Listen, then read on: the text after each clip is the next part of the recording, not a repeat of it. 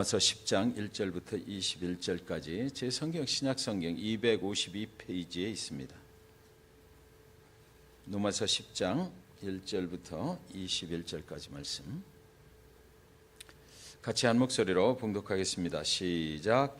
형제들아, 내 마음에 원하는 바와 하나님께 구하는 바는 이스라엘을 위함이니 곧 그들로 구원을 받게 함이라. 내가 증언하노니 그들이 하나님께 열심히 있으나 올바른 지식을 따른 것이 아니니라. 하나님의 의를 모르고 자기 의를 세우려고 힘써 하나님의 의에 복종하지 아니하였느니라. 그리스도는 모든 믿는 자에게 의를 이루기 위하여 율법의 마침이 되시니라. 모세가 기록하되 율법으로 말미암는 의를 행하는 사람은 그 의로 살리라 하였거니와 믿음으로 말미암는 이는 이같이 말하되 내 마음에 누가 하늘에 올라가겠느냐 하지 말라 하니 올라가겠느냐 함은 그리스도를 모셔 내리려는 것이요 혹은 누가 무저갱에 내려가겠느냐 하지 말라 하니 내려가겠느냐 함은 그리스도를 죽은 자 가운데서 모셔 올리려는 것이라. 그러면 무엇을 말하느냐? 말씀이 내게 가까워 네 입에 있으며 네 마음에 있다 하였으니 곧 우리가 전파하는 믿음의 말씀이라. 네가 만일 네 입으로 예수를 주로 시인하며 또 하나님께서 그를 죽은 자 가운데서 살리신 것을 네 마음에 믿으면 구원을 받으리라. 사람이 마음으로 믿어 의에 이르고 입으로 시인하여 구원에 이르느니라. 성경에 이르되 누구든지 그를 믿는 자는 부끄러움을 당하지 아니하리라 하니 유대인이나 헬라인이나 차별이 없음이라. 한 분이신 주께서 모든 사람의 주가 되사 그를 부르는 모든 사람에게 부유하시도다. 누구든지 주의 이름을 부르는 자는 구원을 받으리라. 그런즉 그들이 믿지 아니하는 일을 어찌 부르리요? 듣지도 못한 일을 어찌 믿으리요?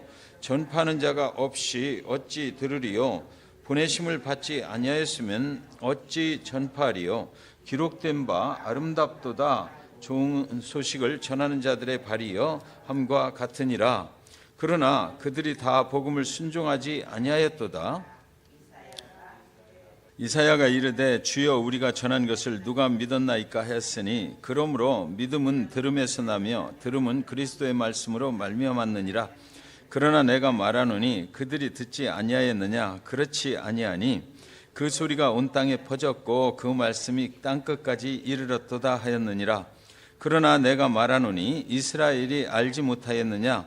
먼저 모세가 이르되 내가 백성 아닌 자로서 너희를 시기하게 하며 미련한 백성으로서 너희를 노엽게 하리라 하였고 이사야는 매우 담대하여 내가 나를 찾지 아니한 자들에게 찾은 바 되고 내게 묻지 아니한 자들에게 나타났노라 말하였고 이스라엘에 대하여 이르되 순종하지 아니하고 거슬러 말하는 백성에게 내가 종일 내 손을 벌렸노라 하였느니라. 아멘. 네, 혹시 교회에서 신년도가 되면 이제 그 멤버십 그 리스트를 이렇게 배포를 하고 뭐 그랬던 시절이 있어요. 이제 옛날 교회들은 그랬는데 요즘은 이제 개인 정보 누출 때문에 그것도 굉장히 어려운 그런 시절이 되긴 했습니다만은 신년도에 교인 명부를 새로 작성을 해서 다 그것을 배포를 했습니다. 그런데 그날 저녁에 한 교인으로부터 목사님한테 전화가 걸려온 거예요. 왜 내 이름을 뺐습니까? 실수로 아마 그 작성을 하다가 그분의 성함이 거기 이제 빠진 것입니다. 사람을 그렇게 무시를 해도 되는 겁니까, 목사님? 이렇게 막 화를 내면서 전화가 걸려온 겁니다. 실수로 그렇게 됐다고 아우 정말 죄송합니다, 집사님 설명을 해도 아주 막무가내였습니다.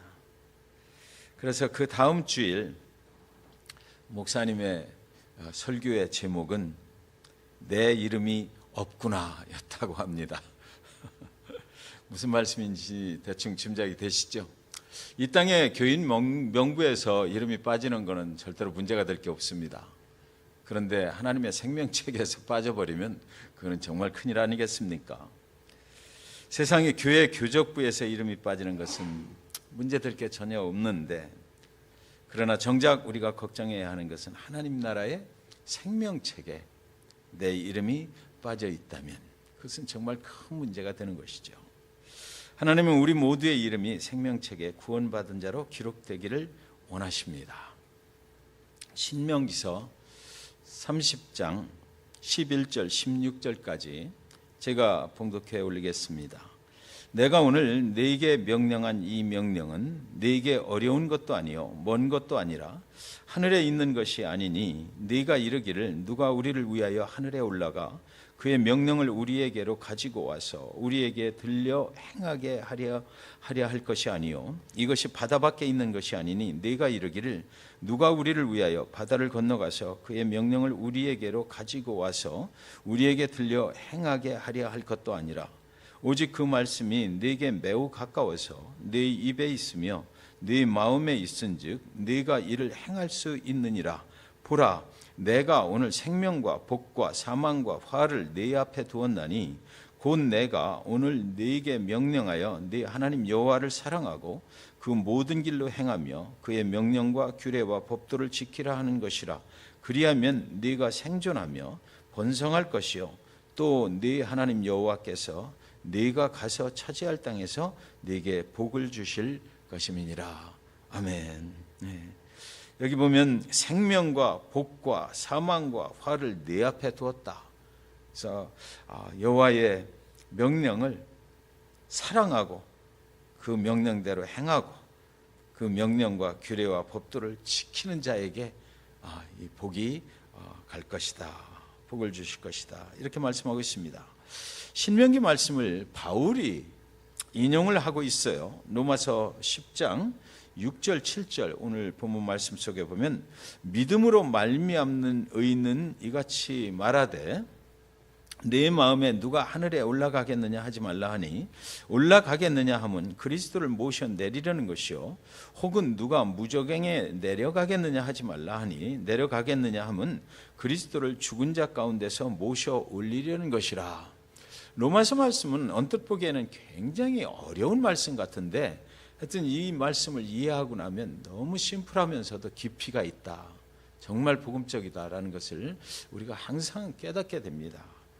믿음이 무엇입니까? 믿음은 우리가 의롭게 되기 위해서 어떤 일을 할 필요가 없다라는 것을 아는 것입니다. 하늘에 올라갈 필요가 없다라는 것입니다. 그리스도께서 이미 하늘에서 우리에게로 내려오셨기 때문에 올라가서 그리스도를 모셔 내려올 일이 필요가 없다라는 것이에요. 죽어서 또 무저갱 즉 지옥에 가서 나의 죄를 책임지려 할 필요도 없다라는 것입니다. 내가 죄인이기 때문에 나는 지옥에 가서 일단 벌을 받아야 되겠다 뭐 이런 생각할 필요가 없다라는 것입니다. 그리스도께서 이미 나의 죄를 위하여 십자가상에서 그렇게 하셨기 때문입니다.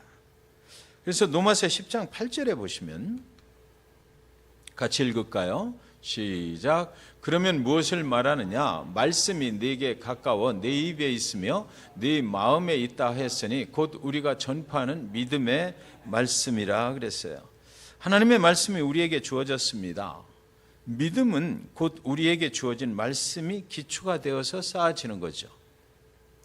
아무리 하나님을 향한 열심이 있는 사람이라도 말씀이 없이 열심인 사람은 곧 쓰러진다라는 것입니다.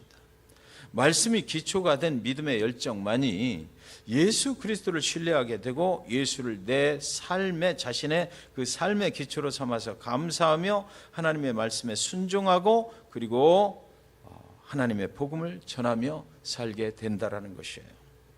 하나님의 말씀이 빠진 열심이나 열정은 오히려 그리스도의 복음을 거역하게 만들고 말 것이다 라는 것입니다. 하나님의 나라의 확장을 가로막는 장애물이 될 수도 있다라는 것이죠. 말씀이 없는 열심은 그럴 수가 있다라는 것입니다. 말씀에 기반이 없는 열심은 열심을 내면 낼수록 열심히 뛰면 뛴 만큼 하나님을 대적하는 일이 될 수도 있다라는 것입니다. 스스로는 하나님을 위한 것이라고 열심을 내지만 하나님 나라의 확장에 도움이 되는 것이 아니라 장애가 될 수 있다는 것입니다. 사도 바울은 예수를 믿기 전에 복음의 말씀이 없이 하나님을 향한 열심으로 그리스도를 믿는 자들을 감옥에 가두어 죽이는 일을 해서 그리스도의 복음이 세상에 증거되는 것을 막으려 했던 것입니다. 살리는 열심이 아니라 죽이는 열심이었던 것이죠. 우리가 전파하는 믿음의 말씀은 어떤 것이어야 하는가? 10장 9절에 있습니다. 같이 읽습니다. 시작. 네가 만일 네 입으로 예수를 주로 시인하며 또 하나님께서 그를 죽은 자 가운데서 살리신 것을 네 마음에 믿으면 구원을 받으리라. 아멘입니다. 첫째로 예수님을 주로 시인하는 것이죠. 예수님을 주님이라고 부르는 것은 헬라어의 퀴리오스라는 것입니다. 이 단어는 구약의 야훼를 헬라어로 번역을 한 단어예요. 따라서 예수님을 주님이다, 즉 퀴리오스라고 부르는 것은 첫째는 예수님의 신성을 인정하는 것입니다. 그리고 두 번째는 예수님이 세상의 통치자임을 또 믿는 것이에요. 그래서 로마 제국의 그 황제도 자신을 최고 통치자인 퀴리오스라고 불리라고 했던 것입니다. 두 번째는 예수님이 하신 일을 믿어야 합니다. 하나님께서 그를 죽은 자 가운데서 살리신 것, 이것을 믿어야 우리가 구원에 이르는 거예요. 곧 우리의 죄를 사해 주시기 위해서 예수께서 죽으시고 다시 살아나신 것, 이것을 믿어야만 합니다. 입으로 시인하는 것과 마음으로 믿는 것은 다른 두 가지의 일이 아닙니다. 입으로 시인하는 것은 마음으로 믿는 것의 한 부분이기 때문이죠. 마음속에 들어있는 것이 입으로 고백으로 나오는 것이기 때문에 이것은 하나예요. 그러니까 입으로만 막 믿음이 좋으면 안 된다는 것이죠. 네. 또 마음속에 같이 연결이 돼야 되는 거예요. 둘 다 그리스도를 믿는다는 고백이지요. 마음으로 또 입으로 고백하는 것. 예수는 나의 주님이십니다 라는 고백은 바로 마음속에 있는 것이 입으로 나오는 것이거든요. 마음에 없는 소리가 나올 리가 없습니다. 이 말 속에는 그동안은 나의 의지와 나의 열심으로 살아오던 내가 이제 나의 모든 소망은 그리스도밖에는 없습니다 라고 믿는 것입니다. 요엘서 2장 32절에 보시면 같이 읽겠습니다. 시작. 누구든지 여호와의 이름을 부르는 자는 구원을 얻으리니 이는 나 여호와의 말대로 시온산과 예루살렘에서 피할 자가 있을 것이며 남은 자 중에 나 여호와의 부름을 받을 자가 있을 것임이니라. 누구든지, 여기는 유대인이나 이방인이나 종교인이나 비종교인인 사람이나 선한 사람이나 악한 사람이나 내가 미워하는 사람이나 배기 싫은 사람이나 다 포함이 되는 것입니다. 누구든지 여호와의 이름을 부르는 자는 그 마음속에 믿음이 있어서 입으로 그 여호와의 이름을 나의 주이십니다라고 고백할 수 있는 자는 구원을 얻으리니. 근데 여기 이제 질문이 생기죠. 그런데 왜 유대인들은 이 복음을 받아들이지 않는 것이었을까? 이것이 이스라엘을 사랑하는 바울의 질문입니다. 로마서 10장 19절에 보시면 그러나 내가 말하노니 이스라엘이 알지 못하였느냐? 먼저 모세가 이르되 내가 백성 아닌 자로서 너희를 시기하게 하며 미련한 백성으로서 너희를 노엽게 하리라 하였고 그랬어요. 그들은 이 복음을 이해하지 못해서일까요? 이스라엘 백성들이 안 믿었잖아요. 유대인들이 안 믿었잖아요. 처음에 이 복음이 그래서 이방인에게 먼저 갔던 것입니다. 이방인들은 애초에 하나님을 알지 못했어요. 하나님께서 구원자 메시아를 이 땅에 보내실 예언의 말씀을 그들은 듣지도 못했습니다. 그러나 유대인들은 들었어요. 하나님께서 인류를 구원하시기 위해서 하실 일들을 알지 못한 것은 유대인들이 아니라 이방인들이었습니다.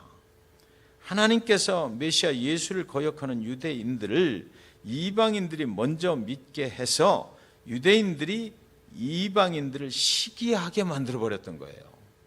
네, 그래서 바울이 막 복음을 전하고 이방인들이 막 이렇게 이제 믿고 이러니까 그 예루살렘 유대인들이 막 싫어했잖아요. 유대인들은 막 그 이방인들이 복음을 받아들이고 구원을 얻는다는 것을 막 좋아하지 않았어요. 시기했던 것입니다. 그렇다면 왜 이스라엘은 믿지 않았습니까?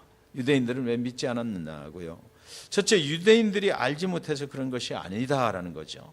왜냐하면 하나님은 유대인들에게도 똑같은 복음을 이미 전해 주었기 때문입니다.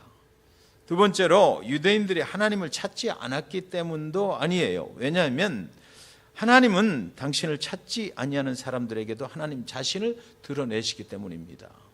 그들이 아무리 하나님이 없다고 얘기해도 하나님은 자신을 계속해서 드러내시는 것이죠. 그들은 들어요. 유대인들이 믿지 않는 이유는 그들은 순종하지 않았기 때문입니다. 들었어요. 그런데 그 말씀에 듣고 순종하려고 하지 않았어요. 완고한 교만으로 하나님의 손을 잡지 않았기 때문인 것이죠. 그들은 핑계할 이유를 댈 수가 없다라는 것입니다. 믿지 않는 자들을 향해서 그렇다면 우리가 해야 할 일이 무엇일까? 10장 17절 같이 읽습니다. 시작. 그러므로 믿음은 들음에서 나며 들음은 그리스도의 말씀으로 말미암았느니라. 믿음은 들음에서 나온다라는 것이에요. 무엇을 들어야 믿음이 생깁니까?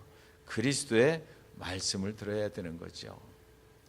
굳건한 믿음을 가지려면 어떻게 하면 될까요? 그렇다면 우리는 말씀을 자꾸만 들어야 된다라는 것이에요. 열심을 내서 하나님의 말씀을 들으시기 바랍니다. 아직 믿지 않는 자들에게 계속해서 하나님의 말씀을 자꾸만 전해야 된다라는 것이죠. 18세기에 조지 윗필드라는 설교자가 있었어요. 이 조지 윗필드는 일주일에 40에서 한 60시간 정도의 설교를 하는 그런 사람이었습니다. 설교에 대한 굉장한 열정을 가지고 있었던 사람이죠. 주변 사람들이 그렇게 너무 열심히 하니까 너무 걱정이 돼서 윗필드에게 좀 쉬라고, 좀 쉬면서 하시지요, 이렇게 이제 말씀을 하니까 그가 뭐라고 그랬냐면, 나는 녹이 쓸어 없어지기보다는 닳아서 없어지기를 원합니다 라고 대답을 했다고 그래요. 로마서 10장 14절에서 15절 보시면 같이 읽을까요? 시작. 그런즉 그들이 믿지 아니하는 일을 어찌 부르리요? 듣지도 못한 일을 어찌 믿으리요? 전파하는 자가 없이 어찌 들으리요? 보내심을 받지 아니하였으면 어찌 전파하리요? 기록된 바 아름답도다. 좋은 소식을 전하는 자들의 발이여 함과 같으니라. 아멘. 여러분, 자꾸만 전해야 된다라는 거죠. 윗필드는 그것 때문에 자기는 복음을 전하다가, 말씀을 전하다가 닳아 없어지기를 선택을 했다는 것입니다. 안개가 걷혀야 아름다운 절경이 보입니다. 아무리 좋은 절경이 눈앞에 있다 하더라도 안개가 끼어 있으면 볼 수가 없어요. 복음을 전하는 일은 의심의 안개를 걷어내는 일과 같습니다.